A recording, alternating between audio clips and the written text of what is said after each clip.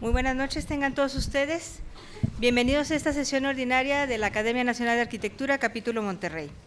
Agradecemos la presencia de nuestros expresidentes, miembros del capítulo, amigos de la Academia, estudiantes, profesores, directores de escuela que nos acompañan esta noche. Les damos a todos una cordial bienvenida y les pedimos, por favor, apagar sus celulares durante toda la sesión o ponerlo en vibrador para que no interrumpa la conferencia de nuestro invitado y permanecer en sus lugares hasta que termine la conferencia. Iniciamos con la lectura de la relatoría de la sesión anterior a cargo del arquitecto Ricardo Padilla Silva.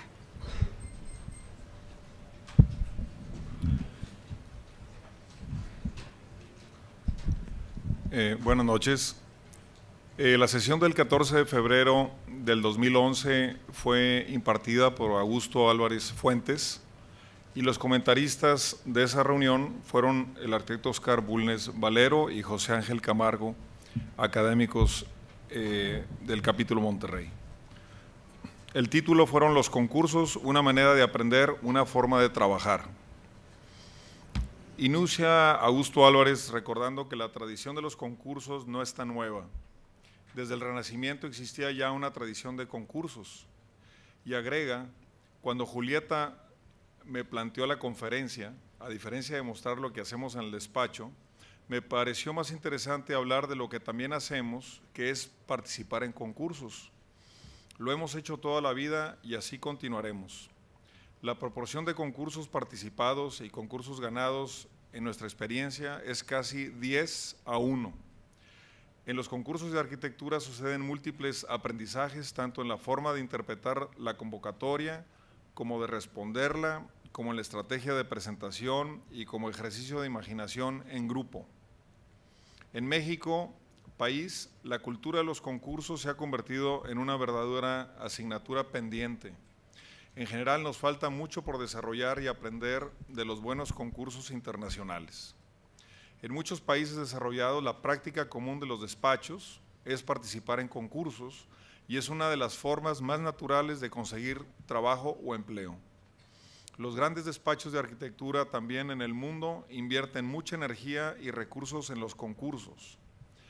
Cuando a nosotros nos invitan a un concurso, siempre aparecen dos preguntas clave. Uno, ¿cómo escoger una idea contundente? Y dos, ¿con quién podemos trabajar para formar un equipo talentoso y ganador? Hemos participado en los concursos tanto como concursante o como jurado. En ambos casos la experiencia siempre es apasionante y enriquecedora. Si de lo que se trata en los concursos es que se eleve la calidad de la arquitectura, el trabajo entonces de la arquitectura debe ser cuidadosamente respetado en ellos. En México los concursos oficiales siguen siendo regidos por la ley de la obra pública, una ley caduca de hace muchos años que está dirigida a seleccionar la constructora para una obra, no para la selección del proyectista o diseñador de arquitectura. La asignación por ley debe dirigirse por el costo menor, así se confunde la calidad con la cantidad. La arquitectura como actividad creativa y cualitativa es algo todavía no reconocido por las leyes en México. Por otra parte, menciona, hay que diseñar en un concurso para ganar el concurso. Cuando no se plantean las bases claras, todo el concurso es confuso. En un concurso también se abren posibilidades bárbaras para hacer una propuesta nunca antes pensada. Es una muy buena oportunidad para los despachos. Uno de los concursos en los que hemos participado fue el nuevo Museo de la Acrópolis en Atenas, en un terreno muy complicado. Quedamos en sexto lugar, agrega el arquitecto Álvarez, pero aprendimos mucho. En él participamos con Pedro Ramírez Vázquez, asociados. El ganador fue Bernard Schumi, hizo lo que quiso.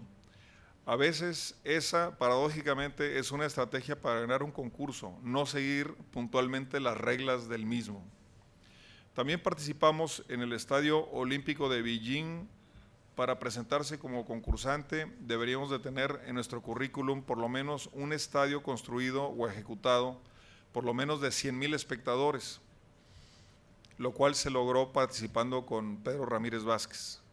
En la primera fase se hablaba de una inversión de 350,000 millones, en la siguiente fase subió a 500,000 y el ganador, que fue Herzog y Meuron, terminó costando $700,000. Otro ejemplo de cómo las bases de un concurso a veces no se cumplen. Una de las premisas eran los aspectos de seguridad. Había que desalojar el estadio en minutos. El proyecto nuestro lograba desalojar al 100% de las personas en 7 minutos. Nuestra estrategia de diseño fue crear un recipiente de concreto más una fachada independiente de metal. Los ganadores desarrollaron su propuesta en los mismos términos, pero llegaron hasta sus últimas consecuencias y ganaron. La mejor organización de un concurso en la que he participado ha sido en el BBVA del Banco de la Torre Corporativa en México, Distrito Federal. Nuestra participación ahí fue como jurado. Nunca había vivido una experiencia tan bien realizada. Desde su inicio el concurso pagaba los gastos tanto de los concursantes como de los honorarios de los jurados. Nos presentaron una matriz de calificación de 75 variables para evaluar. Es la experiencia más completa que yo he vivido, nos menciona el arquitecto Álvarez. Participaron despachos internacionales y como mexicanos los Legorreta y Enrique Norten, el ganador fue el despacho de los Legorreta. Nuestra conclusión de todo ello es que tenemos que promover y participar en más y mejores concursos. Como relatores o participantes complementarios de la conferencia, Óscar Bulnes comentó: se hace mucho músculo permanentemente con los concursos. Cuando concursas es como tirarte al vacío, inclusive te tienes que penetrar en culturas ajenas en el mundo, lo cual es muy enriquecedor y muy complicado. El concurso genera un debate en el equipo de colegas muy enriquecedor también. Y cuando estás ahí, realmente estás compitiendo contra ti mismo más que con los demás. José Ángel Camargo agrega: la tradición de los concursos en México está muy en pañales. Nuestra historia personal en los concursos es una serie de decepciones en México, especialmente los de las instituciones públicas, que son los peores, agrega Camargo. Augusto Álvarez complementa: un aspecto que no mencioné es la sana costumbre que tiene en Europa, que son los concursos de 2 etapas, en la que primero se evalúa y se analiza y se seleccionan las credenciales de los despachos y ya pasan a la siguiente etapa. En la segunda etapa es una etapa de talento, un proceso de selección basado en la seriedad. A manera de conclusión, las ideas finales fueron: quien concursa arriesga mucho y el que convoca tiene que arriesgar igual. Que la ley de obras públicas cambie su forma de procesos de concurso.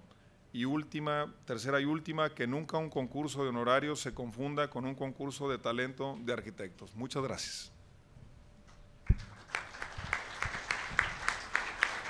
Muchas gracias, Ricardo.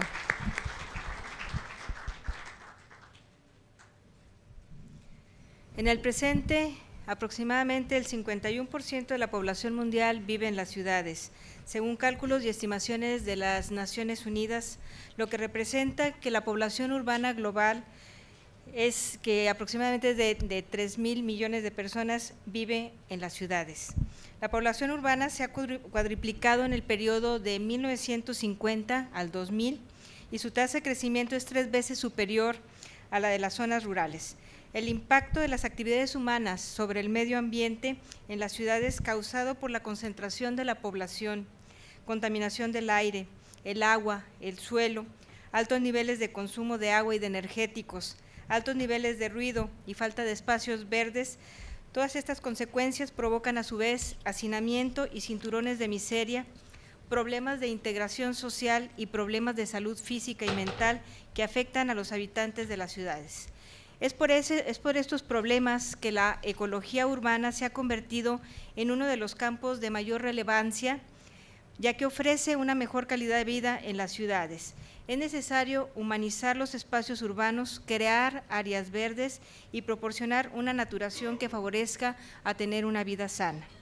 El concepto de naturación implica el restablecimiento y la integración de la biodiversidad permisible en la edificación dentro de los núcleos urbanos, para involucrar la vida urbana en un medio ambiente natural donde ésta la naturaleza recupere su protagonismo. Esto se logra a través de la utilización de superficies construidas, sean fachadas o techos, para la plantación de especies vegetales que por su resistencia a las condiciones extremas del clima, resistencia de agua, capacidad de vivir en sustratos mínimos, resistentes a la contaminación del aire, del agua y el suelo, son aptas para aumentar el área plantada en el ámbito urbano.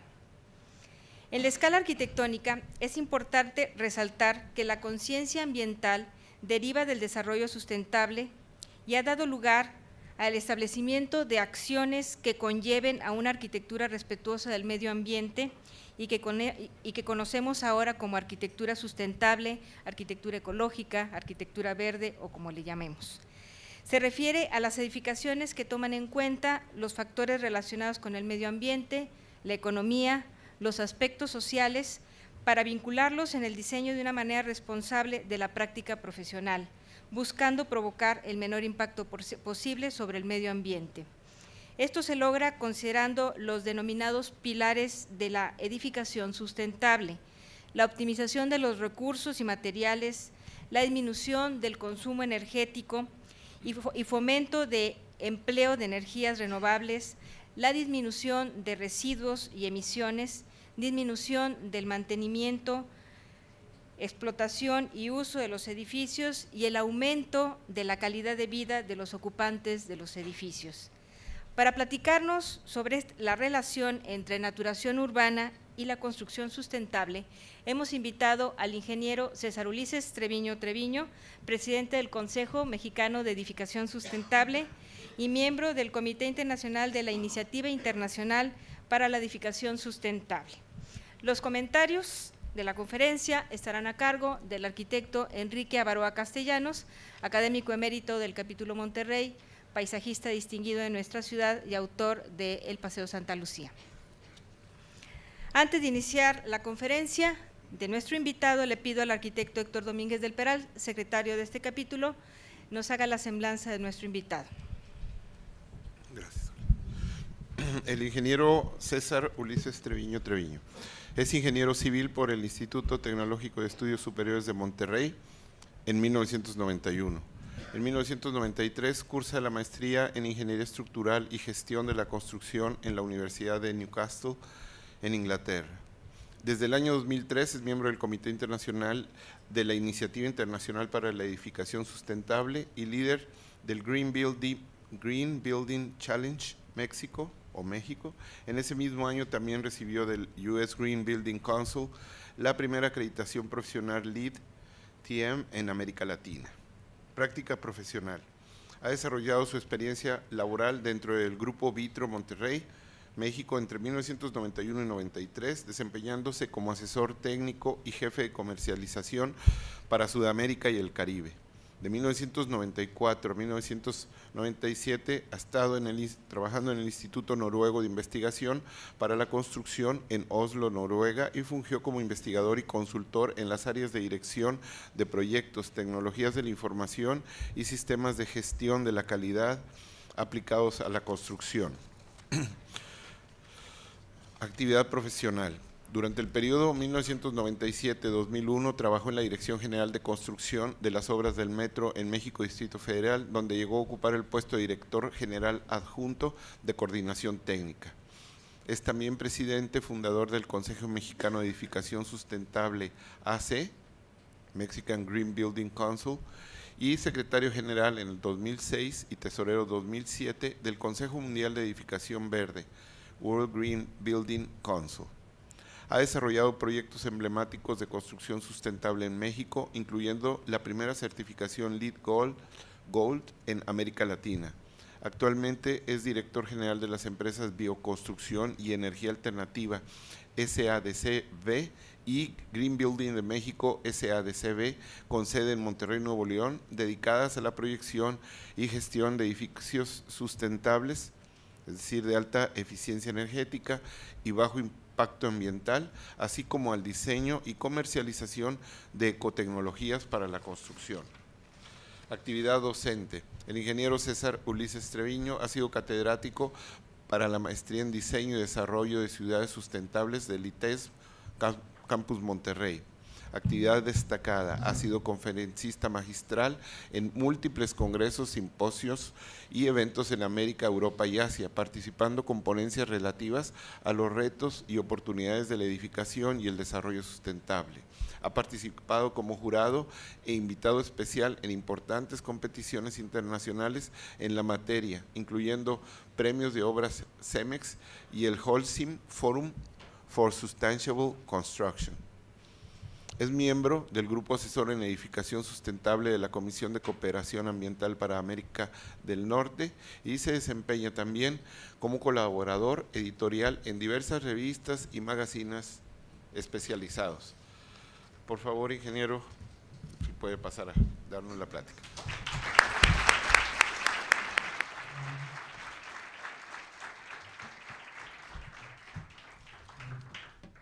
Muchas gracias, muy buenas noches.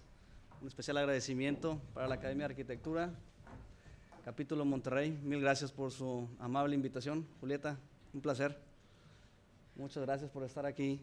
Ustedes, esperando compartir unos minutos interesantes con esta temática que me han pedido poner en la mesa para compartir con ustedes el tema de naturación urbana y edificación sustentable, que en realidad lo presentaré un poco en orden inverso. Primero hablaremos de la edificación sustentable y después transitaremos hacia el tema de la naturación urbana. Algunas cuestiones logísticas. ¿Tiempo cuánto nos marcamos, Julieta? Perdón. ¿Sí? Perfecto. Muy bien. Vamos, supongo que esto lo puedo manejar yo. Es correcto, excelente. Bien. La incómoda realidad. ¿Qué nos suena eso? Como un poco Al Gore, ¿no? Tema de la verdad inconveniente. Pues sí, efectivamente tenemos un gran reto enfrente de nosotros con el cambio climático. Lo difícil de este asunto es que no lo interiorizamos y pensamos que es culpa de todos menos nuestra. Sí, la gente de la industria, los automóviles, todos menos nosotros. Lo que yo quiero destacar aquí es básicamente el impacto ambiental de los edificios en su ciclo de vida completo. Somos responsables del consumo del 12% del agua potable que hay en el planeta. Se consume en la construcción y la operación de los edificios. Hasta el 39% de los gases de efecto invernadero, CO2 principalmente, provienen de productos de construcción y del proceso operativo de los mismos. En países desarrollados, hasta el 65% de los rellenos sanitarios están llenos de desecho proveniente de la construcción. Y igualmente en zonas climáticas donde se requiere mucho de la climatización artificial, hasta el 70% o más del consumo eléctrico se va en la operación de los edificios, iluminación, pero principalmente calefacción y refrigeración. Entonces esto nos lleva a lo siguiente. Es una gráfica que viene del Programa de Medio Ambiente de las Naciones Unidas. Está un poco complicada, pero básicamente lo que quiere decir es que el sector edificación, como industria, es la que tiene el mayor potencial para reducir los gases de efecto invernadero en el menor tiempo y al menor costo que cualquier otra industria. Si le pedimos a los amigos de energía que hagan una mejora, les va a costar mucho dinero y mucho tiempo. Si le pedimos a la industria de la manufactura, de la agricultura, manejo de desechos sólidos o transporte, realmente sus márgenes de optimización son muy pocos. En la construcción tenemos un gran potencial de mejora, de optimizar procesos, materiales, minimizar la huella ambiental de los edificios. Es una tarea que se está volviendo prácticamente un objetivo per se en las edificaciones, y tenemos efectivamente a nuestro favor una gran oportunidad como sector para lograr una gran contribución a los efectos negativos del cambio climático, del calentamiento global. Hubo un informe muy interesante, por ahí lo pueden encontrar en internet, de McGraw-Hill Construction en el 2008, y aquí puse un extracto obstáculos para la edificación verde. Primero que nada, que se percibe la edificación sustentable como algo muy costoso. La gente está convencida de ello. ¿Por qué? ¿Quién sabe? Porque muchos ni lo han practicado ni saben quizá de los detalles. Pero finalmente eso es un elemento que distrae, que le resta oportunidades al tipo de edificaciones con características ecológicas. Y un gran argumento, y esto se los puedo decir también de la práctica profesional, es que se define un presupuesto para lo verde y un presupuesto para lo convencional. Señor desarrollador, cliente, aquí le tengo un proyecto, aquí está el proyecto base, más los agregados del verde. Ya empezamos mal.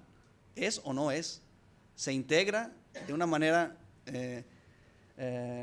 concisa o definitivamente tenemos el riesgo, como sucede en la gran mayoría de los casos, que empieza a haber problemas de alcance en cuanto a tiempos, en cuanto a costos, y lo primero que truenan es lo verde? Entonces es un error muy común, efectivamente. Hablaremos quizá más adelante del tema del proceso integral de diseño, que es el sustento de este modelo de diseño y de edificación. También hay falta de reconocimiento público, hay muy poca educación al respecto. Realmente vemos con buenos ojos, con alegría, que muchas de las universidades ya empiezan a incluir en parte de su currícula temas relacionados con talleres de diseño o de construcción sustentable. Eso es genial. Al menos los nuevos profesionistas que ustedes vienen a acompañarnos vienen con esa base teórica sólida. A muchos de nosotros no nos tocó vivir con eso. Entonces nos ha tocado ir remando río arriba, y efectivamente también los tomadores de decisión no tienen esa sensibilidad al tema. Los sectores que están creciendo, esos en Sudamérica, esas son las temáticas. El green building es algo importante en el sector residencial, pero sobre todo en el sector comercial. El gobierno se está poniendo un poco las pilas al respecto. Esta gráfica es del 2008, yo les puedo decir que a la fecha el sector industrial ha tenido un repunte muy importante. Muchos de los parques industriales, centros de distribución, centros manufactureros están muy interesados en el tema del green building, y el tema de hoteles también va creciendo. Y así es como ha ido incrementando la percepción sobre qué tan importante es para los constructores, para los diseñadores, el tema de la edificación sustentable o del diseño ecológico. En el 2003 había apenas un 3% que decían, bueno, yo dedico una buena parte, quizá más de un 60% de mi tiempo a realizar proyectos con elementos verdes. Tan pronto como el 2008 esa cantidad se triplicó, y prácticamente ya un 60% decían que estaban explorando esta idea. Se espera que para el 2013, estamos a la vuelta de ese año, en 24 meses, casi una tercera parte de la gente está incorporando en práctica consistente elementos de sustentabilidad. Estamos hablando de Sudamérica. Esta gráfica para Europa, Estados Unidos, está completamente dominada ya por el porcentaje de aquellos que están dedicados al tema de green building, o al menos trabajando en una parte importante de su tiempo o una cantidad importante de sus proyectos considerando estos elementos. Es decir, como siempre lo hemos dicho, arquitectura sustentable es buena arquitectura, punto y se acabó. Bien, importancia de la edificación verde para los diferentes participantes o protagonistas del sector. Ven cómo efectivamente el área de diseño, arquitectura, son de los quienes ya empezaban a tomar un liderazgo en el tema. Un poco más rezagados los contratistas, los desarrolladores empezaban ya a solicitar que sus proyectos incluyesen este tipo de prestaciones. Pero lo que vemos alegremente es que prácticamente no hay un solo sector, un solo protagonista que pueda sustraerse a esta tendencia. Ahora, ¿por qué abrazar el tema de la edificación sustentable? Normalmente el argumento es ahorros. O sea, la gente tiene una interpretación de que una edificación sustentable te va a traer ahorros económicos. ¿Por qué? Consumirás menos energía, menos agua, menos servicios, y mes a mes te llevarás a la bolsa un poco de ese ahorro. Y efectivamente, esos son los datos duros, los datos consistentes que pueden utilizarse en un argumento de venta. Pero hay una cantidad importante de resultados positivos, como es la disminución de los gases de efecto invernadero, protección de los recursos naturales, la calidad del aire en interiores, que yo creo que este es un elemento que poco se valora. Nosotros sabemos que una edificación que provee confort interno va a estar favoreciendo la salud, la atención y la productividad del usuario. Entonces sí, podemos traducir en kilowatts hora, en metros cúbicos de agua o de gas los ahorros de la edificación sustentable, pero ojo, el proveer un área confortable que derive en productividad puede ser económicamente inclusive un argumento más fuerte que el ahorro directo en energéticos o recursos naturales. Bien, ahora transitamos al tema de la naturación urbana. Hemos visto efectivamente de una manera breve cuál es esa íntima relación entre los gases de efecto invernadero, el calentamiento global y el sector construcción. Uno de los elementos principales, sobre todo los más vistosos, es el tema de la naturación urbana. Nosotros cuando tenemos una imagen sobre un edificio verde, pues tratamos de relacionarlo con jardines verticales, azoteas naturadas, que efectivamente se está volviendo en una tendencia muy importante para la regeneración urbana. Entonces, hay problemas que nos aquejan en las grandes metrópolis. Es el efecto de la isla de calor, inundaciones, agotamiento de los mantos freáticos y de los recursos. ¿Quiénes están familiarizados con el concepto de la isla de calor? No muchos. Bueno, importante detenerse en esto. El efecto de la isla de calor es el aumento de la temperatura que se da en las zonas, en los entornos construidos. Aquí en la ciudad, ¿cuánto tenemos de diferencia de temperatura con la zona, vamos a decir, de la Presa de la Boca? ¿4 grados? ¿5? ¿3 grados? Bueno, esto se da precisamente porque tenemos grandes superficies asfaltadas, con concreto, con materiales que reciben el calor, lo irradian efectivamente en frecuencia corta y se percibe una sensación térmica superior. Entonces, sabemos que efectivamente hay más calor sensorial y real en las zonas urbanas que en las zonas suburbanas. Entonces, ese problema principal puede revertirse de una manera muy efectiva conforme incrementemos las áreas verdes, las áreas naturadas dentro de las zonas urbanas. El tema de las inundaciones es muy importante.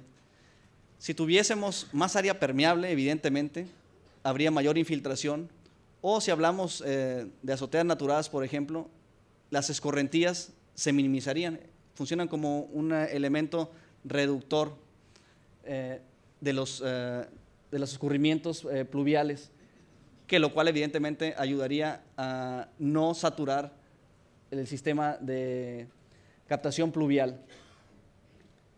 Y bueno, efectivamente, las áreas que están directamente ligadas al subsuelo podrían favorecer la recuperación de los mantos freáticos. Vamos a hablar efectivamente un poco de la mano del tema de naturación urbana, los conceptos de las azoteas verdes. Es decir, sí podemos trabajar muchísimo en la regeneración, en la naturación de las áreas o de los parques que se encuentran en la ciudad sobre suelo firme, pero lo que se está volviendo más recurrente es esto, que en las ciudades en las que tenemos ya saturado por construcción el área disponible, empezamos a construir jardines en los techos. Y estas azoteas verdes o azoteas naturadas generan una serie de elementos o de condiciones favorables, hábitats naturales y biodiversidad. Se recuperan efectivamente con una correcta selección de plantas nativas, endémicas o adaptativas. Podemos encontrar que efectivamente esos pequeños insectos o inclusive aves o mariposas pueden regresar a los espacios que se habían perdido.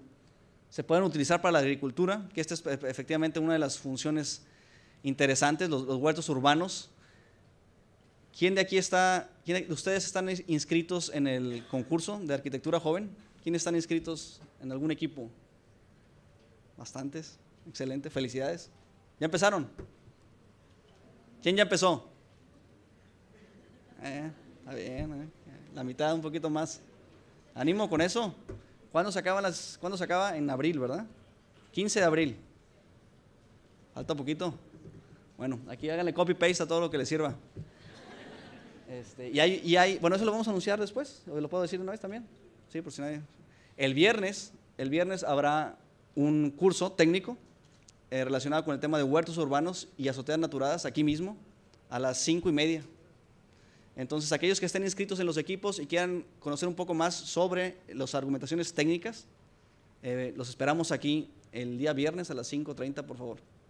Ahí sí va a ser un poco de mangas arremangadas. Vamos a trabajar, vamos un poquito a dar los elementos sobre las normas técnicas que les ayuden a aterrizar lo mejor posible su propuesta de proyecto. Bueno, regresamos. Absorción del CO2 del aire, es obvio, tenemos áreas verdes que empiezan a absorber el CO2 que se produce por muchos otros procesos de combustión. Un elemento muy importante en las azoteas naturadas, el aislamiento térmico. El aislamiento térmico de una azotea naturada, digamos 25 o 30 centímetros de espesor, puede ser el equivalente a 3 o 4 pulgadas del mejor aislamiento térmico comercial. Y aparte es verde, es un área que puedes reutilizar. Entonces, eso es bien importante en las áreas, en las cubiertas de áreas que están normalmente climatizadas en la parte inferior. Aislamiento acústico también, evidentemente, funciona como un elemento reductor. El escurrimiento de agua, como decía, mitigar las inundaciones. Esto lo explico un poco más. Sucede que cuando llueve, se empieza a saturar todo el material orgánico, les repito, 15, 20 centímetros, medio metro de tierra, se empieza a saturar y toda esa agua se retiene. Llega evidentemente a un punto de saturación, pero el exceso va a escurrir, si acaso, ya diferido, quizá algunos minutos o algunas horas después del momento de la lluvia, lo cual significa que va a dar tiempo que se dé un escurrimiento natural en las calles. Lo que vemos es que normalmente se viene una lluvia aquí en Monterrey y a los 15 minutos estamos inundados. Bueno, si tuviéramos este buffer, este diferimiento en el escurrimiento, esa saturación se vería disminuida de una manera importante, ¿no?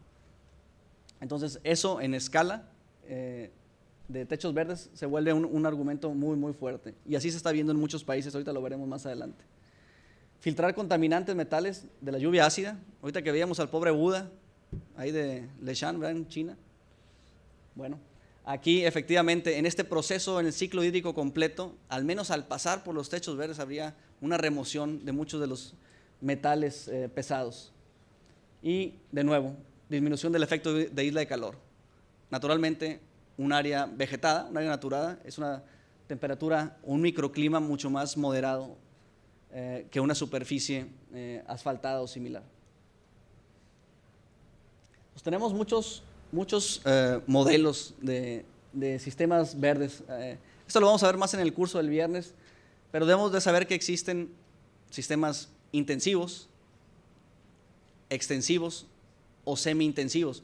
Básicamente el extensivo es un jardincito muy superficial, 15-20 centímetros de tierra, y el propósito es ornamental, tener algún tipo de vegetación rastrera, únicamente para dar alguna sensación agradable desde el punto de vista visual, pero otros que realmente se vuelven transitables o que pueden convertirse inclusive en huertos son los que llamamos intensivos, ya cuando es de 30 centímetros o más en la capa de tierra, la capa orgánica, esos se llaman los intensivos, y hay algún intermedio que le llaman semi-intensivo, pero básicamente esto determinará el uso, la forma que quiera tomar ese jardín verde.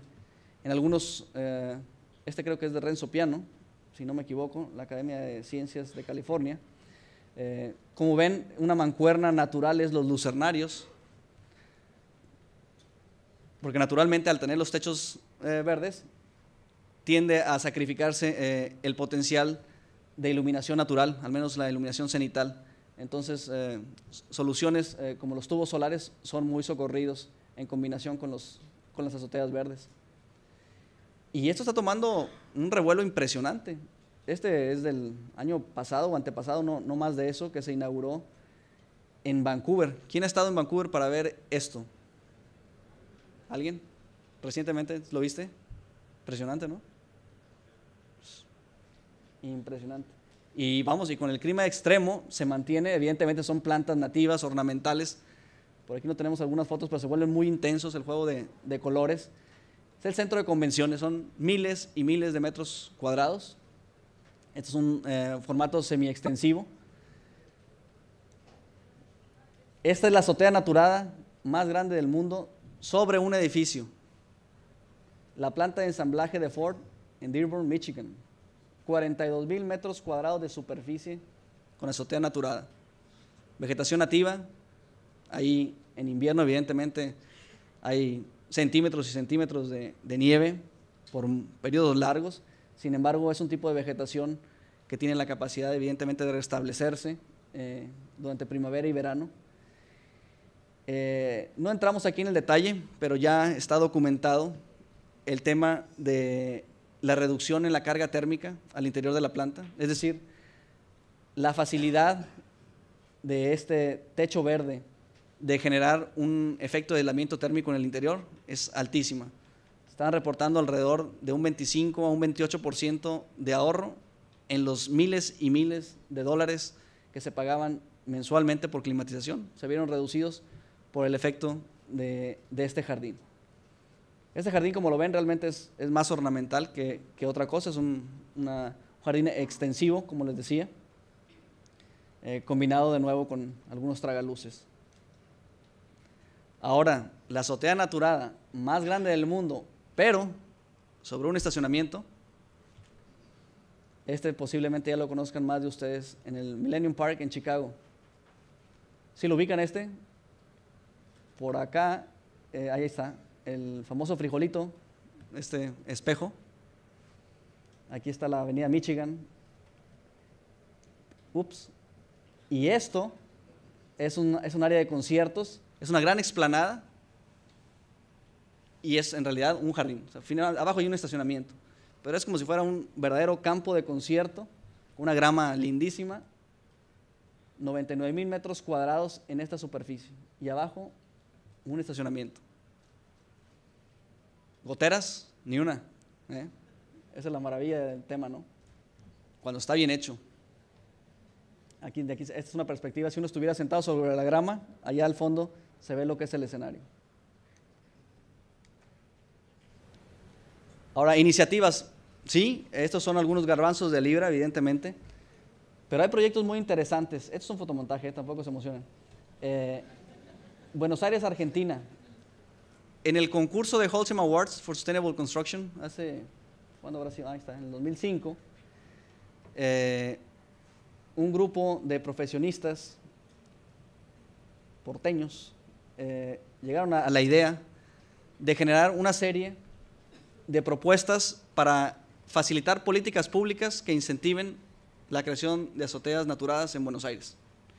El proyecto estuvo muy bien estructurado, le digo, no solamente es manipular las imágenes, sino lo difícil era efectivamente que se dieran condiciones de incentivos o programas públicos que favorecieran que la gran mayoría de las azoteas en Buenos Aires pudieran convertirse en cubiertas naturadas.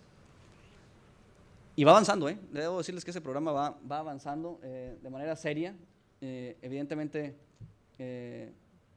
la alcaldía de Buenos Aires lo ha visto con muy buenos ojos, y más cuando en esta iniciativa fue premiada a nivel internacional. Entonces, países latinoamericanos están teniendo ya una actuación importante en esta materia, ¿no? Claro, la justificación fue hablar de la disminución del efecto de la isla de calor en la ciudad capital.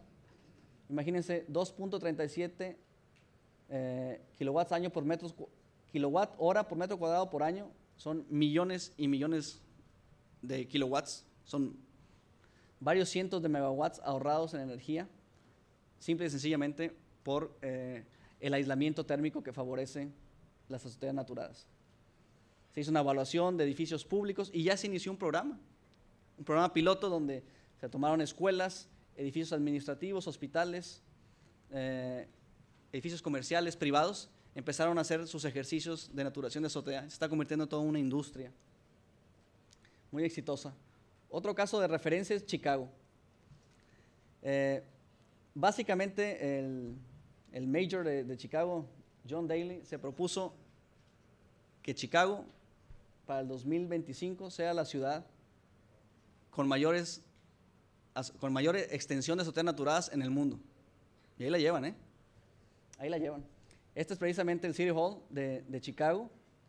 Es un caso muy interesante. Finalmente, creo que es el green roof más visitado del mundo. Está operativo desde el 2000. De hecho, hay algo bien curioso porque sembraron plantas que atraen a las abejas y pusieron unos apiarios, unas colmenas, y entonces por la módica cantidad de $50 te dan una onza de miel del green roof de la alcaldía de Chicago. Hoy es el producto mejor vendido ahí en la alcaldía, y de eso sacan para el mantenimiento del green roof. No es mala idea, no es mala idea. Piso 16. Copenhague, Copenhagen, la primera capital neutral en emisiones de CO2 del mundo, eso dicen, para el 2025. Creo que van bien. Y una de sus principales estrategias, efectivamente, aparte del consumo responsable, es el maximizar las áreas verdes requeridas, que ahora, por ley, en todas las edificaciones se requiere. Imagínense. Permiso de construcción. Aquí está mi proyecto. No hay azotea verde. Para atrás. Vámonos. 50% o más de la superficie. Cualquier superficie de azotea que tenga una pendiente menor al 30%, relativamente plana, tiene que ser azotea natural. Si no, no se da el permiso de construcción. Y eso es para lo nuevo. Para lo existente, lo interesante es que hay un programa muy interesante en el que se está dando incentivos económicos para que las estructuras se haga un rehabilitado y se pueda incorporar a azoteas naturadas. Y hay toda una serie de iniciativas ciudadanas, que eso es lo interesante, ¿no? Finalmente no son imposiciones, sino el desarrollador, el inversionista, el arquitecto y el ciudadano lo hacen por convicción. Entonces, eso es algo bien, bien importante. Lo mismo sucede en Toronto, Canadá. En Toronto, todos los nuevos edificios públicos y comerciales mayores a 5,000 metros cuadrados deben de tener al menos el 50% de su superficie con azoteas naturadas. Por ley, desde el año pasado. Esta iniciativa es promovida por el Consejo Brasileño de Edificación Sustentable, un grado menos. Naturalmente está apoyada por algunas empresas que hacen impermeabilizantes o elementos de refracción solar, pero también las azoteas naturadas. Aquí está, esta grafiquita la había mostrado antes, pero aquí básicamente vemos cómo aumenta la temperatura en las zonas urbanas, conforme se va a zonas suburbanas baja, y en las zonas rurales es menor. Entonces, este diferencial que les decía, alrededor de 7, 8 grados, es fácilmente perceptible, ¿no? Entonces, simplemente teniendo azoteas naturadas, o aún así menos de eso, si todos los techos tuvieran un acabado con alta reflectividad, ustedes saben las marcas y los nombres, pero si fueran pinturas reflejantes, podría bajarse fácilmente 1.5 grados la temperatura ambiente de una ciudad. Pero bueno, ya saben que tenemos, gracias a Dios, ya casi poco hay de esos mastiques negros que uno pasaba en verano y se le queda el guarache ahí atorado, ¿no? Se derretía todo. Ya estamos evolucionando, ¿no? Infraestructura verde. Recuperación de espacios. Proyecto excelente en el Highline Park, en Nueva York. Un viaducto del tren en desuso. Oye, ¿por qué no lo convertimos en un parque lineal, no? Entonces, lo convirtieron en un Grand Green Roof lineal. Evidentemente, adornado con una serie de espacios arquitectónicos. Destacaron una serie de elementos que prácticamente se volvieron en museografía urbana. Igual plantas adaptativas. Las vías del tren. Y hay muchos ejemplos de estos ya en Pittsburgh, en Seattle, en muchos otros países en Europa, que se han reconvertido estos viaductos para otros propósitos más de paseo. En el Reino Unido, este proyecto también muy interesante, es simplemente un cruce de viaducto naturado. Entonces, bueno, aquí ya está esa frontera entre las azoteas naturadas, el paisajismo. Repito, cuando estos green roofs en realidad son parte de un estacionamiento, en este caso una cubierta de un paso de desnivel, bueno, se integran de una manera natural y agradable al resto de la propuesta paisajística. Ya cuando toma estas dimensiones, como es en el Parque Olímpico de Seattle, realmente aquí en la parte inferior hay una serie de comercios, de oficinas, museos, pero cambia completamente el aspecto, reverdece y hace mucho más amigable esa vista o ese paseo. Y bueno, el tema de los huertos urbanos, muy interesante, repito, lo veremos con más detalle, Dios mediante, el viernes. Pero aquí el discurso básicamente es que estas áreas, como les decía, si las preparamos adecuadamente, con los elementos técnicos de impermeabilización, filtrado, geotextiles, elementos de drenado y conservación de agua, podemos aprovechar las áreas para convertirlas en verdaderos huertos, que ese es el objetivo precisamente del concurso de arquitectura joven, que veamos posibilidad de rescatar esos espacios para un uso productivo, no únicamente ornamental. Y sí estamos viendo efectivamente ejemplos en algunas comunidades en las que se han puesto de acuerdo para explotar sus áreas comunes, los techos. Inclusive hay unos formatos muy interesantes de huertos urbanos en los que grupos que no tienen acceso a los techos se los rentan a alguien que sí lo tienen.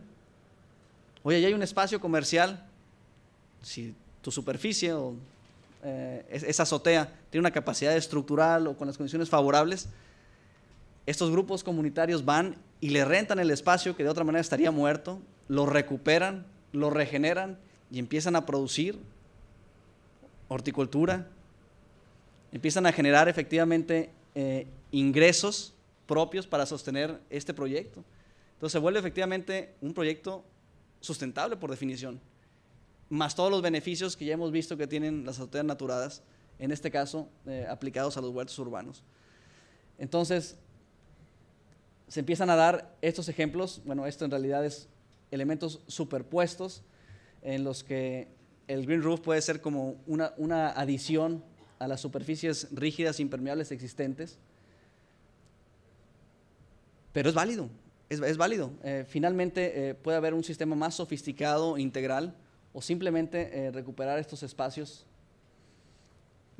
Esto va muy de la mano, evidentemente, de los famosos jardines verticales, ¿no? O los muros vivientes. Hay unos más sofisticados que otros, estos hay que verlos con sus argumentaciones correspondientes. Aquí en Monterrey efectivamente tenemos un reto muy importante. Es posible, evidentemente, y hay algunos ejemplos que se están efectivamente dando, pero requieren de un cuidado especial, evidentemente, sobre todo el tema de la irrigación. Este tipo de plantas requieren constantemente estar hidratadas para mantenerse en condiciones plenas, pero pueden llegar a ser, al menos en cuestiones estéticas, sumamente atractivos. Ciudad de México con un clima más templado, miren las maravillas ahí que hacen. Un restaurante en Polanco, creo que estos dos son de ahí de Polanco. Igual en el centro histórico. Y esto es parte del Plan Verde. La verdad que la llevan bien allá en Ciudad de México con el Plan Verde, que es un programa de la Ciudad de México para enverdecer la ciudad, mejorar la calidad del aire, disminuir las inundaciones. y eso incluye mejoras en el transporte público y una serie de incentivos para los proyectos ecológicos. De hecho, ya existe una especie de sistema de evaluación para edificaciones sustentables, como el equivalente al LEED, que quizá ustedes estén familiarizados con él, pero es una versión local del Distrito Federal, que es la base para que algunos proyectos sean candidatos a recibir incentivos fiscales. Y dentro de esto, efectivamente, los techos verdes juegan un papel importante. De hecho, aquí vale la pena mencionarles que existe una asociación mexicana de naturación de azoteas, amena.org, si no me equivoco. Amena.org, de hecho, la presidenta de esa asociación iba a estar con nosotros, espero que esté próximamente, si hay una oportunidad, una invitación de la academia. Pero es muy interesante porque ellos, trabajando en este tema, han logrado una serie de gestiones en el sector público muy importantes. En Ciudad de México, ya como aquí, hay incentivos fiscales o al menos beneficios para aquellos proyectos que incluyan azoteas naturadas.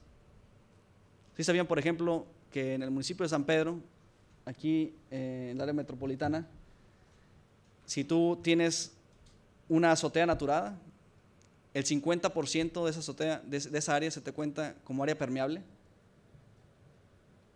Eso hace una gran diferencia. Cuando estás tratando de maximizar el área aprovechable del terreno y de pronto al convertir la superficie que normalmente la tienen acotada para estacionamientos, los estacionamientos cubiertos, los haces verdes, el 50% de esos metros cuadrados cuentan como equivalente a superficie permeable para absorción.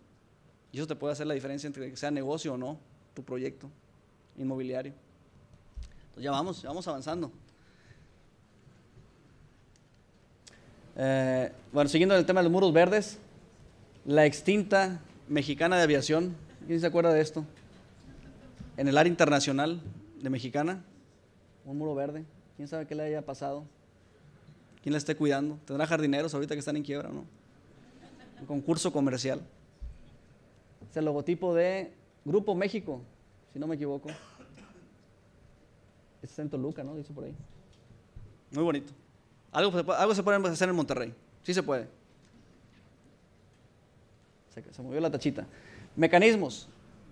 ¿Cómo logramos un cambio?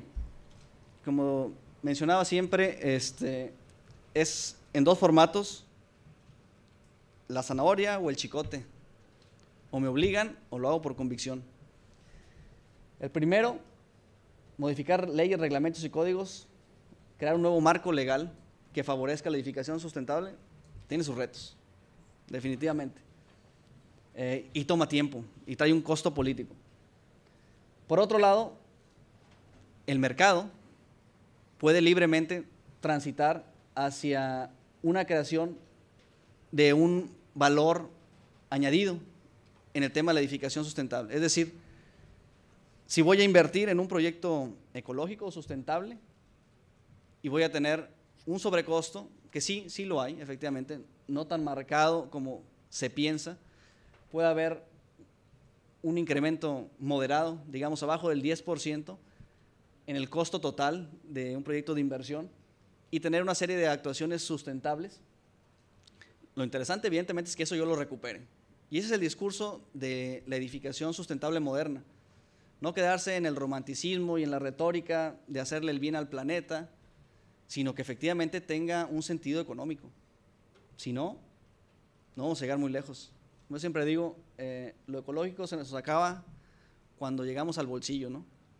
Sí, todo nos parece perfecto, pero cuando nos cuesta más, ya no fue tan interesante, ¿no? Aquí lo importante es que si yo voy a invertir en esto, y estoy seguro que va a haber retornos de inversión por los ahorros mensuales, en costos de energéticos, materiales, reducción de mantenimiento y servicios, bueno, yo quiero trasladarlo eso en la cadena de valor y quiero que efectivamente yo pueda comercializarlo con ese valor añadido. Si yo tengo un 10% más, tengo que traspasarlo al inquilino, argumentándole efectivamente que es un edificio más fiable, más ahorrador y que en su ciclo de vida, efectivamente, cuando pueda dársele un valor comercial, también se cuente con ese elemento diferencial. Y es unas conversaciones muy interesantes que hemos tenido también con el AMPI, por ejemplo, que decimos, bueno, ustedes tienen que cerrar la pinza, los peritos inmobiliarios, profesionales inmobiliarios, porque si el desarrollador, el arquitecto, el constructor, el usuario lo valoran, a la hora de darle un precio por metro cuadrado a un determinado proyecto en el cual se ha invertido en aislamiento térmico, un sistema de captación y tratamiento de aguas pluviales, tenemos un aire acondicionado de alta eficiencia, tenemos energías renovables en sitio. Eso tiene que entrar efectivamente en la ecuación económica. Para quien vaya a comprar ese edificio, reconozca ese diferencial y efectivamente lo pague. Y bueno, todo esto implica una serie de retos o paradigmas. Lo que mencionaba de trabajar bajo el concepto de la cuna a la cuna, es que cuando estamos en el diseño tenemos que pensar en la famosa huella ambiental, ¿no? No únicamente si ese producto o esa tecnología es buena de inmediato, sino cuestionarnos de dónde vienen los materiales o las materias primas de los cuales se conforma ese producto, qué va a pasar durante el proceso de construcción, su vida útil y eventualmente una demolición o un desuso. Pensar que pudiéramos estar en un círculo cerrado donde después de ese desensamblaje o de construcción, ese material pueda iniciarse nuevamente con el menor costo energético a un proceso nuevo de edificación. Entonces, bueno, retos generales, fortalecimiento de capacidades institucionales. Un gran reto es este enfoque plurisectorial. Desafortunadamente no está únicamente en manos de arquitectos o de ingenieros, sino también de legisladores, inversionistas, promotores, fabricantes de materiales. Entonces realmente es un lenguaje donde hay mucha segregación, mucha diferenciación de intereses. Entonces esa vinculación intersectorial es muy, muy importante, donde efectivamente empecemos a hablar un discurso más homogéneo, donde encontremos que efectivamente hay elementos conductores que son favorables para todos los involucrados. ¿Sí? Tú vendes un material, yo diseño, él construye, tú inviertes, pero todos tenemos algo que ganar en la mejora de la edificación sustentable. Un punto muy delicado es mecanismos financieros e incentivos fiscales. Definitivamente sí, para romper esa fricción estática se requiere un pequeño impulso. Yo no soy muy fiado de que sea muy sano tener por tiempos prolongados subvenciones o subsidios, pero sí, dar el empujón es muy importante. Creo que todos los países desarrollados y en transición les ha supuesto un mecanismo o una solución muy útil. Y sobre todo, si se hacen proyectos piloto, comunicarlos, monitorearlos para que se puedan transmitir esos casos de éxito con confianza y dar certidumbre al mercado de que las cosas funcionan, ¿no?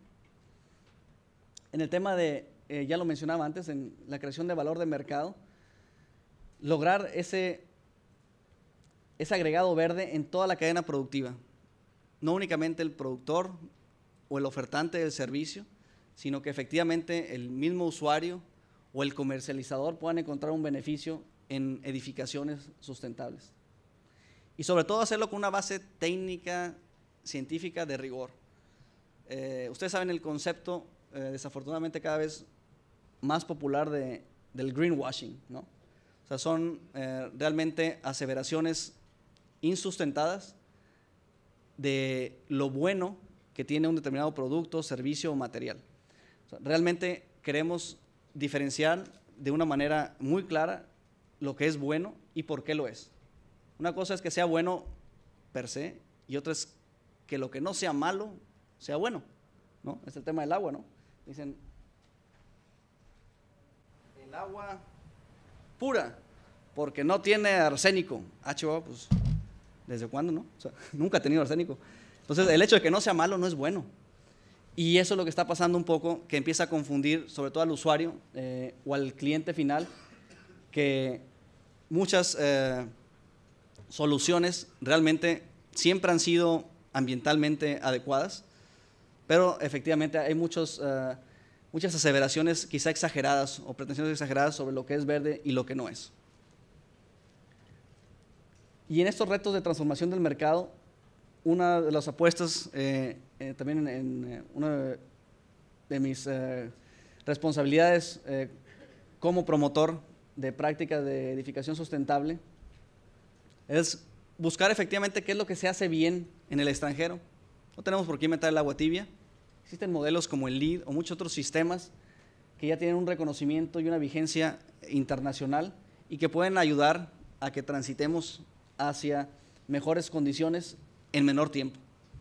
Definitivamente en el país, y aquí debo de mencionar también un poco mi postura, en el país necesitamos un sistema que va más allá de un modelo extranjero, que puede cumplir algunas funciones de ser el referente para proyectos emblemáticos a nivel nacional y definitivamente va a tener su valor y su vigencia. Pero, ¿qué hacemos con el 95% de las edificaciones que no pueden aspirar a una calificación o certificación de clase mundial? Entonces, ahí hay un trabajo muy importante a nivel nacional que tenemos que lograr a base de consenso para crear un sistema de calificación adaptado al contexto económico, social y ambiental del país. Políticas públicas, bueno, hay que ver en los 3 niveles, efectivamente. Pasar el discurso del nivel de edificio a nivel urbano o nacional, áreas de ordenamiento territorial, energía y agua, aire, es un monstruo de muchas cabezas, ¿no? Lo interesante es que ya por órganos colegiados y en diferentes sectores se empieza a avanzar en el discurso, quizá un poco en paralelo, pero al menos en el mismo sentido. Qué lástima que no se ve bien eso. Proyecto común, oportunidades, una agenda nacional para la edificación sustentable. Aquí el tema es, o vemos el vaso medio vacío o lo vemos medio lleno. Si en México vamos con una demora en la creación de un plan nacional, una agenda nacional de edificación sustentable, pues veámonos por el lado bueno, ¿no? O sea, la plastilina es completamente maleable. Podemos hacer lo que queramos si lo proponemos de una manera correcta ante las instancias correspondientes. Lo que quiero decir es que en el otro extremo, por ejemplo, países como nuestros vecinos del norte, en Europa, el problema es que hay tantas iniciativas. ¿Cuál es la vigente? ¿Cómo nos ponemos de acuerdo? Aquí realmente creo que si manejáramos un discurso básico, sólido, podríamos generar efectivamente un discurso que nos pudiera ayudar a caminar en ese sentido de una manera mucho más ágil. Incentivos locales, una disculpa aquí por esto de los colores. Incentivos locales, ahí van una serie de ideas para entrar en materia y en concreto. Incentivos por ahorro energético. Ahorita tenemos una política de subsidio al consumo de la energía. Toda la energía que consumimos está subsidiada. Muchos de los millones de dólares que nos estamos ahorita ahorrando por el precio del petróleo van a subsidiar el subsidio más grande del país, en CFE, todo el consumo energético que tenemos.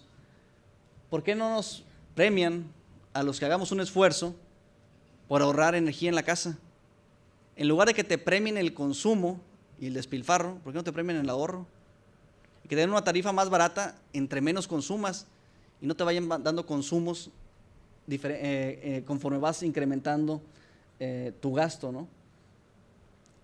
Y es decir, siempre estamos en el formato de castigar, si acaso, a lo que se hace mal, pero nunca premiar a lo bien hecho. Yo creo que deberíamos de cambiar un poco el enfoque hacia el lado positivo, a incentivar o a retar más al usuario, ¿no?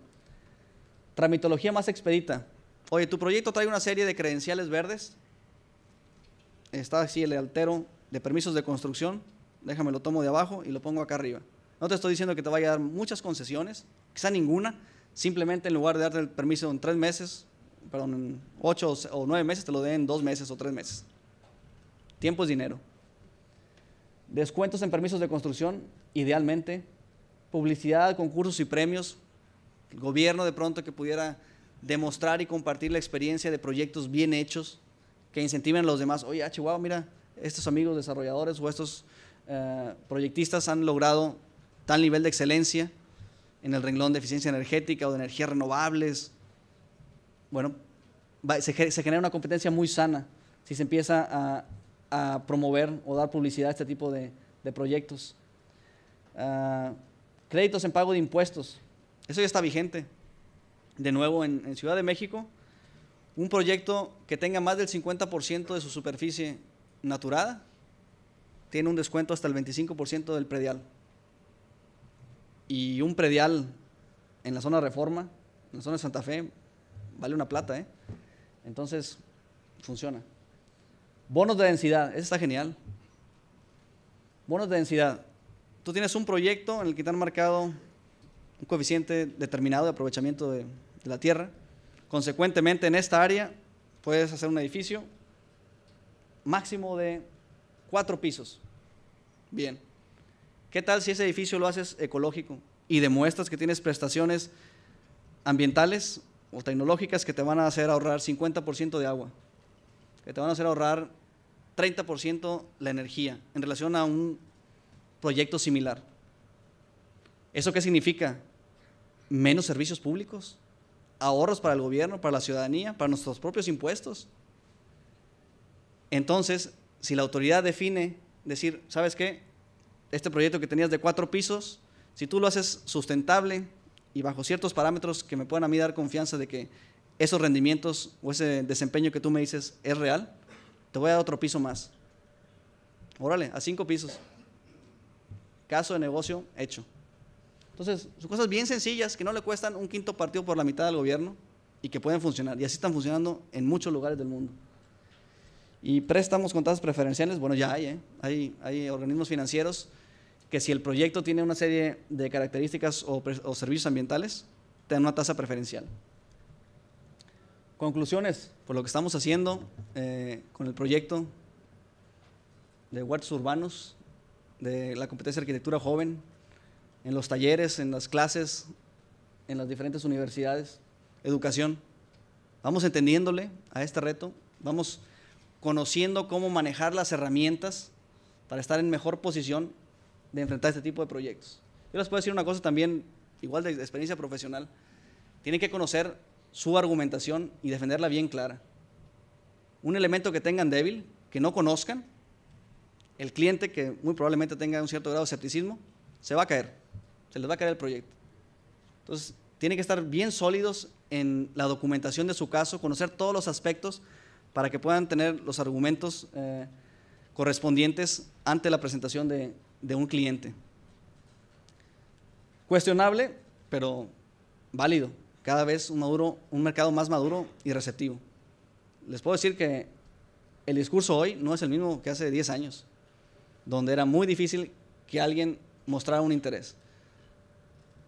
Y bueno, será coincidencia, coyuntural o no, pero tenemos récord en el premio de arquitectura joven, al parecer.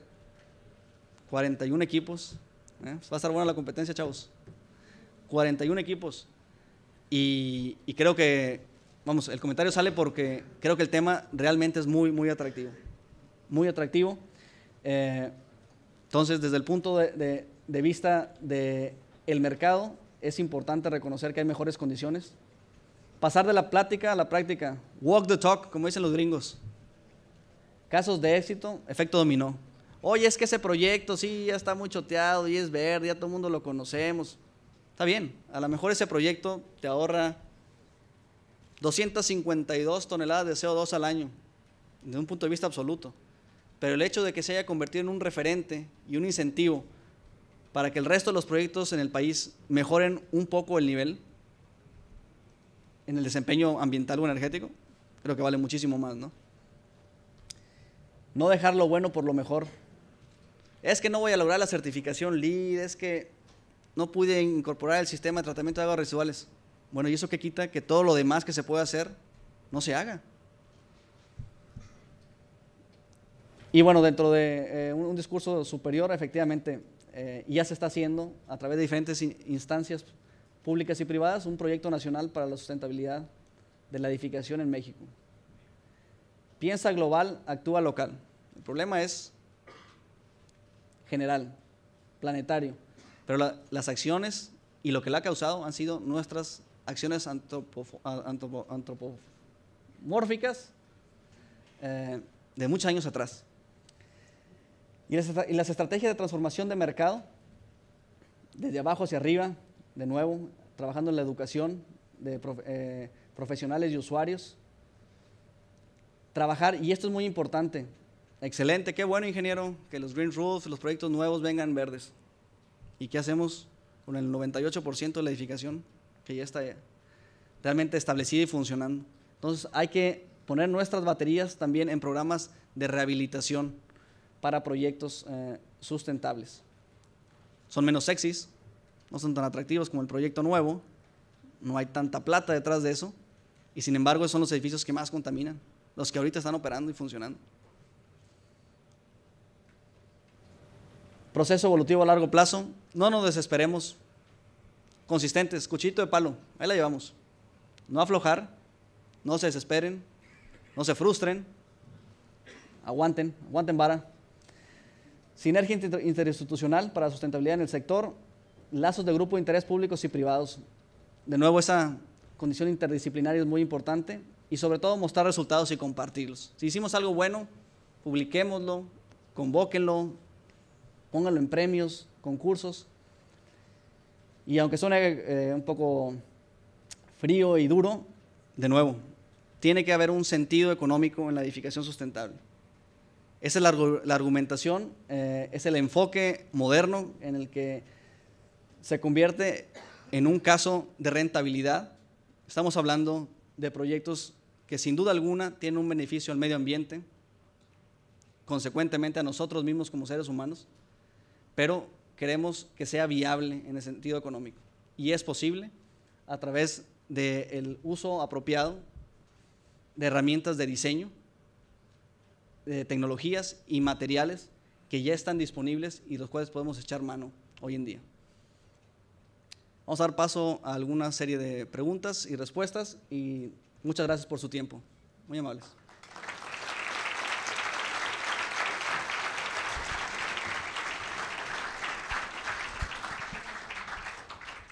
Les pedimos atentamente al arquitecto Enrique Baroa, va a pasar adelante, va a haber una sesión de preguntas y respuestas. Nos da mucho gusto, mientras el arquitecto Baroa se acomoda, que el auditorio esté lleno. La Academia Nacional de Arquitectura cumple su objetivo con este auditorio lleno.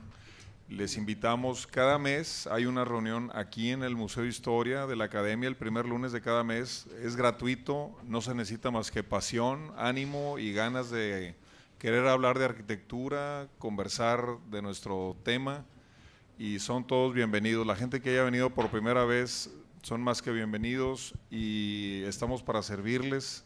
Nos interesa mucho que la gente joven, las nuevas generaciones, se incorporen a todo este proceso y este movimiento. Bien, hay unos micrófonos por ahí, si alguien quiere ir levantando la mano. Primero la relatoría, perdón, primero Enrique Baroa va a hacer unos comentarios al respecto. Bienvenido, Enrique.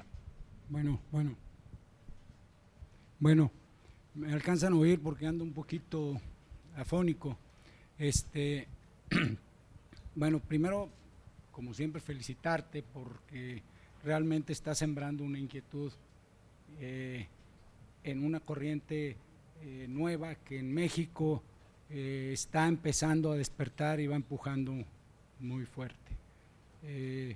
Todo lo que nos dijiste hay muchas razones para empezar a movernos ya interdisciplinariamente para que los proyectos desde un principio vean todas las aristas para poder llegar a un proyecto completo. El arquitecto paisajista, el urbanista, el paisajista, etcétera, los técnicos en tecnologías verdes, etcétera, necesitan estar desde un principio en los proyectos para que el proyecto se dé bien y tenga los resultados. Obviamente, lo que decíamos, o lo que decías, lo que es la reconstrucción de lo ya hecho y el manejo de la isla de calor a través de la quinta fachada, o sea, de los techos verdes, y ahora ya se está hablando también de la sexta fachada porque tenemos mucha construcción en montañas. Entonces, yo creo que si nos ponemos un poquito a estudiar y somos todólogos, podemos ir coordinándonos con los especialistas para que nos vayan dando las pautas para poder llegar a hacer un proyecto integral. No quiero abundar mucho porque ya se habló de casi todo. Lo que sí les quiero dejar inquietudes es que nosotros como arquitectos debemos de buscar que las políticas públicas sean congruentes para promover el desarrollo verde. Creo que hay ya mucho, pero está muy disperso y está muy complicado y no sabes cómo hacerle, no sabes cómo llegar, ya hay financiamiento para esto, pero no sabes dónde están los fondos, cómo poder conseguir intereses blandos para poder desarrollar técnicas que lo vas a ir amortizando a largo plazo y que puedas invertirlo desde un principio.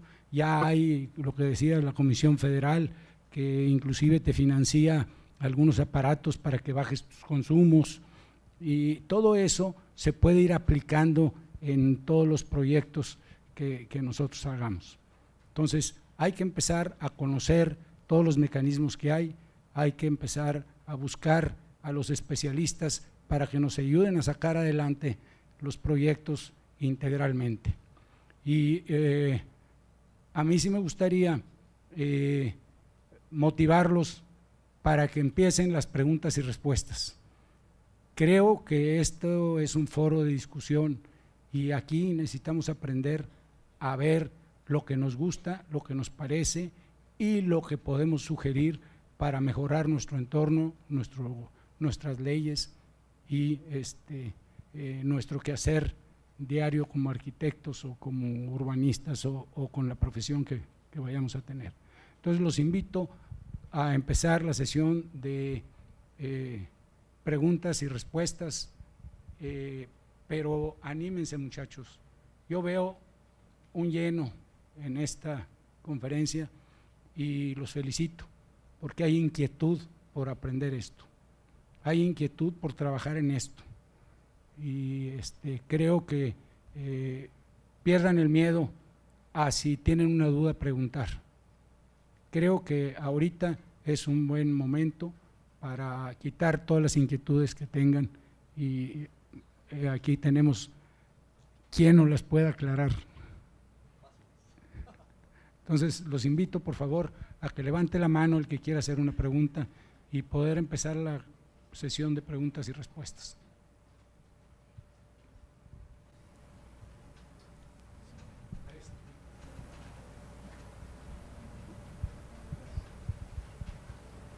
Aquí comentaba arquitecto, los constructores hay que acercarse a los especialistas. Ulises, bueno, ahorita estás tú, está tu empresa. ¿Hay más gente o en qué escuelas se está preparando ese tipo de gente o esos especialistas aquí en nuestra zona? Sería buenísimo que nos acercáramos a ustedes para las nuevas construcciones o para remodelar nuestras construcciones, pero ¿a dónde nos acercamos? Si se están abriendo más estudios de esto. Sí, gracias, muy amable. Sí, mira, efectivamente, creo que, como lo veníamos explicando, las condiciones son cada vez más favorables. Sí, efectivamente, hay más especialidades. Tiene razón, a lo mejor no quizá con una exposición como la quisiéramos, sí hay que hacer un poquito de arqueología para dar con algún especialista, pero sí hay aquel que te puede asesorar en tecnologías de energías renovables o en el tema del agua. Efectivamente hay algunos despachos interdisciplinarios, otros muy especializados en el tema de la certificación ecológica o algún otro tipo de credenciales similares, pero sí, ya los hay aquí en Monterrey, en el país, en el centro hay bastantes, algunas de las zonas costeras también empieza a desarrollarse por las características climáticas naturales, pero sí, yo creo que nos falta un poco de trabajo, aquí yo debo reconocerlo también como en mi papel de presidente del Consejo Nacional de Edificación Sustentable. Sí, hay mucho que hacer. De hecho, ese es un proyecto que vamos a tener que lanzar pronto, el de un directorio básicamente de especialidades, un quién es quién, ¿no?, en México de la edificación verde, para facilitarle el acceso a soporte a algún profesionista, algún colega o algún inversionista que desea apoyarse con especialistas, ¿no? Pero sí, ha llegado al grado que te digo, ahora finalmente hay quien puede apoyarte con un servicio muy especializado relacionado con la edificación verde. Una noticia que aprovecho es precisamente, si visitan la página del Consejo Mexicano de Edificación Sustentable, México GBC, México Green Building Council, mexicogbc.org, se están impartiendo ya cursos básicos en el tema de edificación sustentable en lo general y en particular de la certificación LEED. Entonces creo que ese es un camino para empezar y respondiendo un poco a nombre quizá de la academia, o igual ustedes ahorita por favor nos apoyan con los comentarios.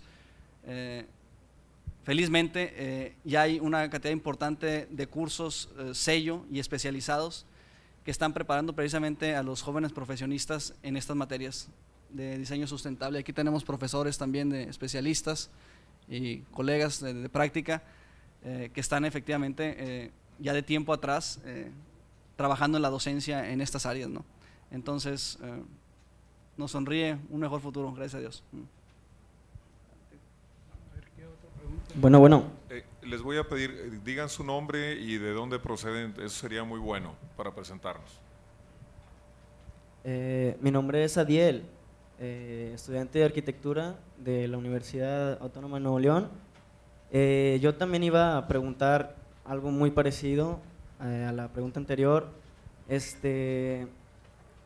Conocemos que hay mucho de la arquitectura sustentable, del techo verde, del LED. La situación, hay mucha inquietud, sí se nota. La situación es ¿cómo? ¿De quién nos ayudamos? ¿Con quién nos dirigimos?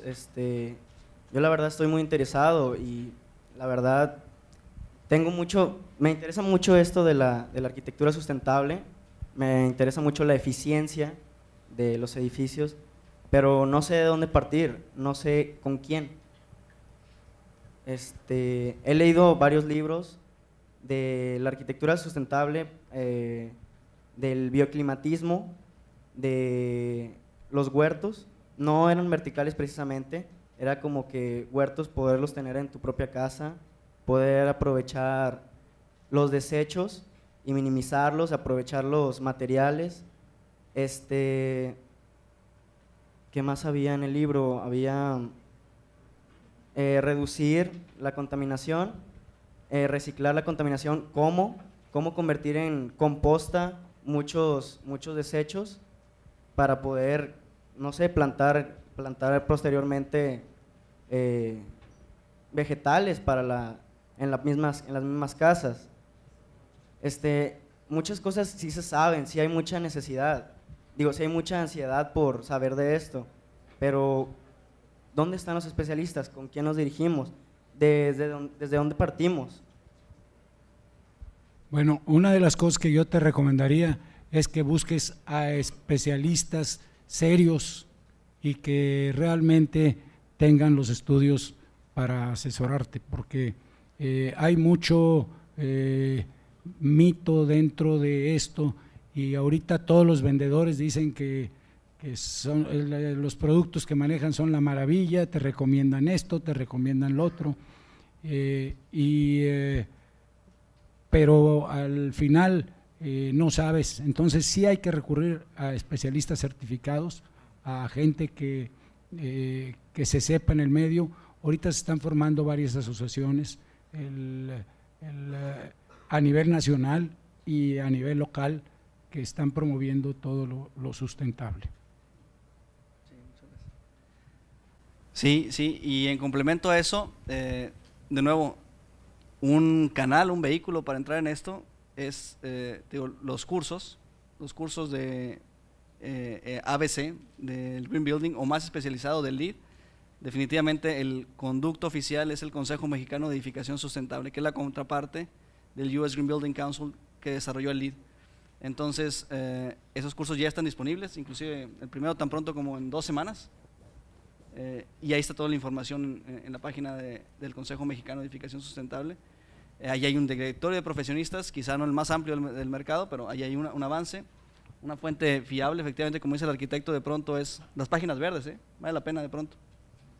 Ahí hay efectivamente una serie de ofertantes de productos, servicios, soluciones verdes en arquitectura y en general en otras temáticas relacionadas con el quehacer diario, ¿no? Entonces, ahí hay un par de fuentes interesantes que te pueden servir. Y de nuevo, de parte de ustedes, sí, efectivamente a lo mejor las condiciones no son las ideales, quisieran tener quizá más roce y cercanía con esa temática, pero aprovechen este tipo de foros, aprovechen los concursos. Nosotros ni siquiera tuvimos estos foros, ni tuvimos los concursos en los que podíamos desarrollar esto. Entonces, sí les queda definitivamente a ustedes también una labor ahorita importante de utilizar sus proyectos académicos como un vehículo para desarrollar estas ideas. Entonces, sí hay mucha labor, yo te lo puedo decir como practicante el día a día en esta temática. Cada proyecto es un reto nuevo, no está escrito. Te sirven un montón de elementos y conforme más te involucras en el tema tienes mayores elementos de juicio, pero es un viaje inagotable. Realmente al hablar de sustentabilidad en un término tan amplio para la edificación y el diseño, no terminas nunca. Entonces, creo que eso es también lo hermoso del reto, ¿no? Que finalmente no va a haber límites. Me voy a atrever a complementar. El 9 de abril va a estar en Monterrey alguien que se considera como el Premio Nobel de Ecología, que es Jesús León Santos. Él ganó el Goldman Award Internacional de Ecología y es un campesino de Oaxaca que no tiene propiamente ningún estudio formal, pero es un extraordinario ser humano.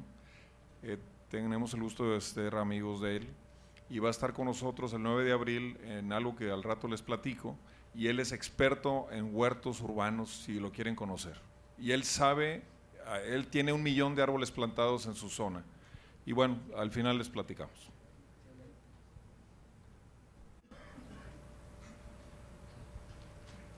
Hola Ulises, Roberto García, arquitecto. Me da mucho gusto estar aquí este día en esta conferencia tan interesante pero tan chiquita.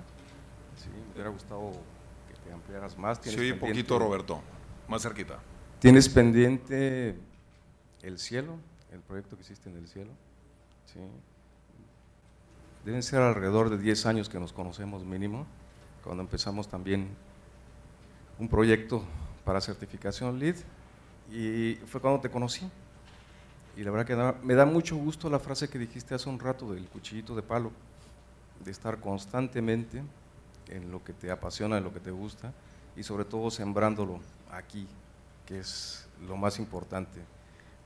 Los que ahora son estudiantes y próximamente van a ser arquitectos y que van a venir y tienen la responsabilidad de cambiar este tipo de construcción, este tipo de proyectos que hacemos. ¿Sí? Te felicito y me da mucho gusto que sigas con esto. Muchas gracias, Roberto. Muchas gracias, muy amable. ¿Alguna otra pregunta? Allá a la izquierda.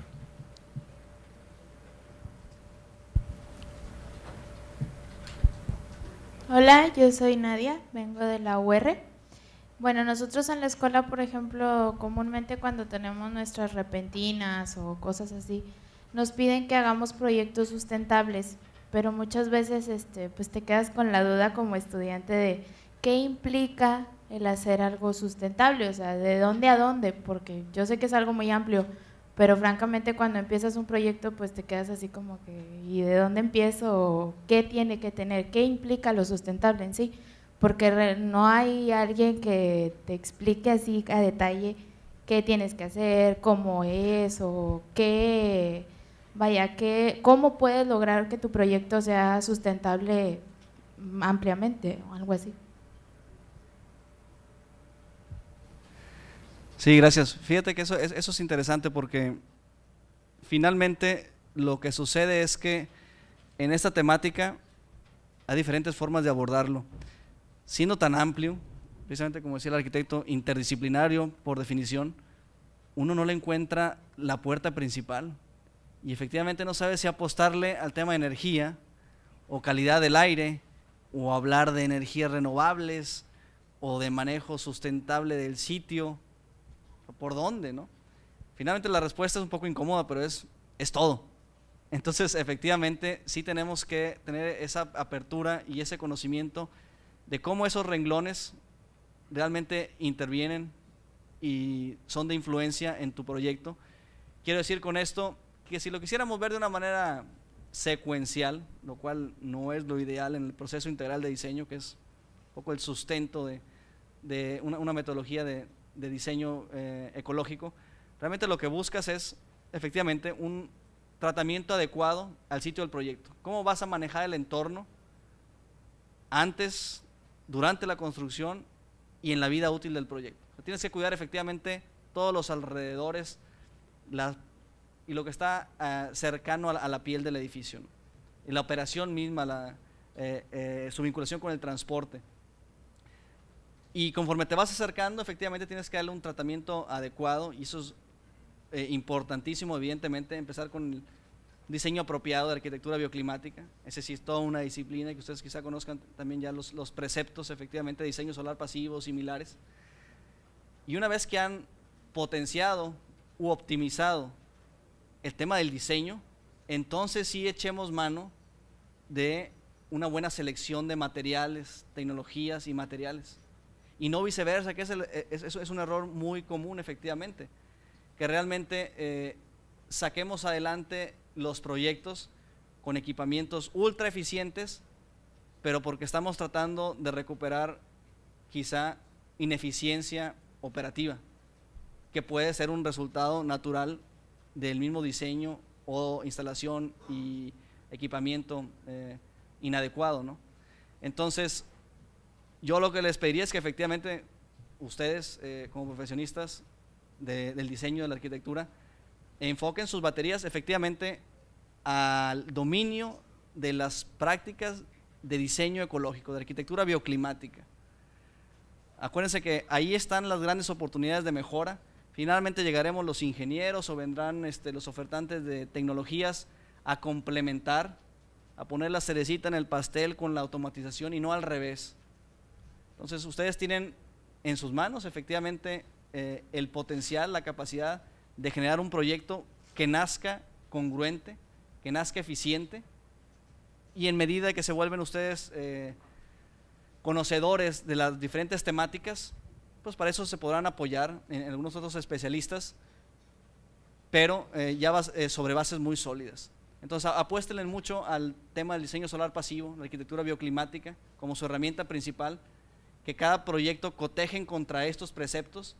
Si ustedes definen una misión adecuada y de objetivos ambientales y la mantienen consistente en el proyecto, en el anteproyecto, y la comunican correctamente en el proyecto ejecutivo, y eso se hace del conocimiento puntual del constructor y finalmente del usuario, entonces se logra efectivamente un éxito en el desarrollo del mismo. Si las metas están vagas, si usted no las plasman correctamente en el proyecto, se va a perder inmediatamente. Entonces, esto es bien importante, que en cada etapa del proyecto, como se va avanzando, se vaya ratificando esas metas. Y al decir meta es algo muy sencillo. Ustedes digan, tu proyecto va a tener el objetivo de un ahorro del 50% del agua. Y ustedes saben cuál es su línea base. Y saben cómo mejorarla al 50%. Y definan lo propio para la eficiencia energética. Quiero que este edificio, en relación a un edificio base equivalente, sea un 25% más ahorrador. Esa es la idea básica. Y finalmente lo tendrán que verificar con su proyecto básico. Ingenierías, y empezarán los cálculos y las simulaciones térmicas, y empezarán las valoraciones de los diferentes sistemas de iluminación, de climatización. Pero ustedes ya pusieron las reglas del juego, y eso es bien importante. Ustedes tienen en su poder la determinación de qué tan lejos quieren llevar el proyecto en materia de sustentabilidad. En medida que se sientan ustedes sólidos en ese conocimiento, van a poder lograr que todos en el resto de la cadena del proceso constructivo seamos consistentes. Eso sin olvidar que lo que vas a proyectar son espacios, y espacios para el que va a vivir. Entonces, creo que ese es esencial y lo demás es lo que decía, si con buenos principios haces tu diseño de los espacios, va a ser un éxito. Muchas gracias. ¿Hay alguna última pregunta? Hay una pregunta allá atrás, sí. Buenas noches. Mi nombre es Francisco López, estudio arquitectura en la Universidad Metropolitana. Mi pregunta, pues también como duda, es ingeniero Ulises, acerca del uso de las aguas negras. Porque sabemos que el agua negra, hasta donde tengo entendido, pues sí despide un olor no muy agradable al momento de tratarlas. Ya me ha tocado estar cerca de la planta tratadora de aguas negras en Escobedo y sí huele algo mal. Entonces, ¿cómo podríamos usar esa agua negra en el momento de un huerto urbano para un riego o alguna planta vaya, algo que se pueda sembrar y se pueda cultivar? No, ¿cómo sería ahí? ¿Cómo usarlas? O sea, no, ¿cómo me explico? No afectaría el cultivo o sea, de manera que le afecte que la salud de las personas también nos puede afectar al consumirlas. Sí, gracias. Con eso cerramos, órale, las aguas negras. Muy bien. Muy bien. No, tienes razón. Fíjate que es bien importante lo que mencionas.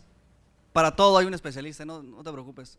Hay un especialista en ingeniería ambiental que puede diseñar una planta de tratamiento para eliminar exactamente los compuestos potencialmente nocivos, eliminar metales pesados, eliminar algún tipo de elementos tóxicos o cancerígenos, vía aeróbica o anaeróbica. Tú no te preocupes, sí se puede hacer. Efectivamente, el hecho de que se tengan malas experiencias es que efectivamente se rebasan las capacidades o el funcionamiento no ha sido el adecuado, pero una planta de tratamiento de aguas negras es efectivamente una fuente muy común de aguas para tratamiento de riego, y se dan cosechas de muchísimos cultivos perfectamente aptos para el consumo humano sin ningún problema. Pero de nuevo, como decía el arquitecto, hay que llegar a los especialistas, buscar que se haga ingeniería, en este caso de calidad, y efectivamente obtenemos un agua para el uso que se desea. Inclusive tú puedes un agua negra, hay aguas negras que se hacen hasta el nivel cuaternario, 100% potables. Entonces, no te preocupes, de que funciona, funciona. Muchas gracias, sí. Muchas gracias. Le pedimos a la presidenta y al secretario que pasen.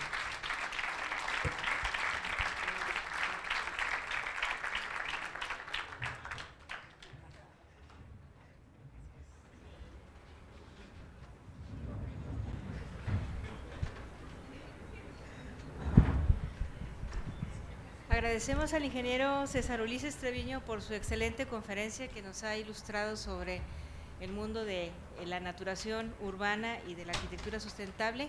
También le agradecemos al arquitecto Enrique Avaroa Castellanos por sus comentarios y por haber guiado este diálogo con los estudiantes. Ahora le pido al arquitecto Héctor Domínguez procedamos a la entrega de los reconocimientos a nuestros invitados de esta noche.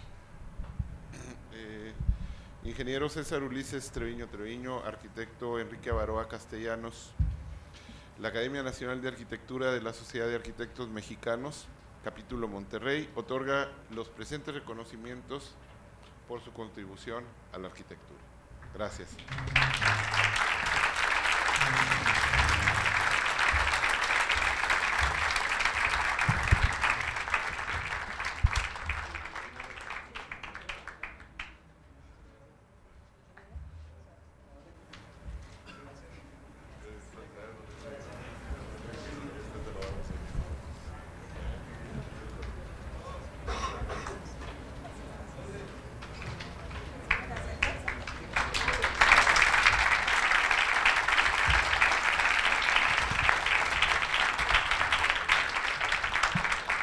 Por último, un aviso muy rápido, les informamos a todos los estudiantes y profesores que se han registrado en el Premio de Arquitectura Joven edición 2011, la 10ª edición del premio, que se va a realizar un curso de preparación para realizar el proyecto de cada uno de los equipos, un curso que será impartido por Bioconstrucción y Energías Alternas, que preside el ingeniero Ulises Treviño.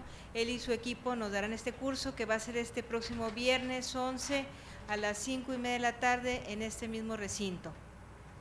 Esperamos contar con su presencia, va a ser muy importante porque, como él mismo mencionó, dará algunas recomendaciones técnicas que les van a servir a todos, tanto a estudiantes como a los asesores, para poder acotar los lineamientos muy específicos para el diseño de los huertos verticales urbanos que vamos a tener como tema de este concurso.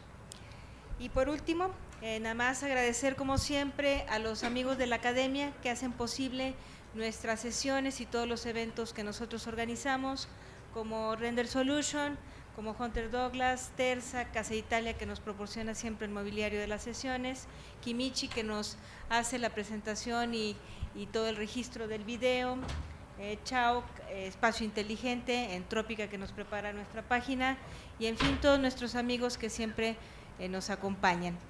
Les agradecemos su presencia y, siendo las 9:20 de la noche, damos por cerrada esta sesión y los invitamos a nuestra próxima sesión el 4 de abril, también recordándoles que el primer lunes de mayo será la premiación del concurso de Arquitectura Joven. Muy buenas noches, muchas gracias.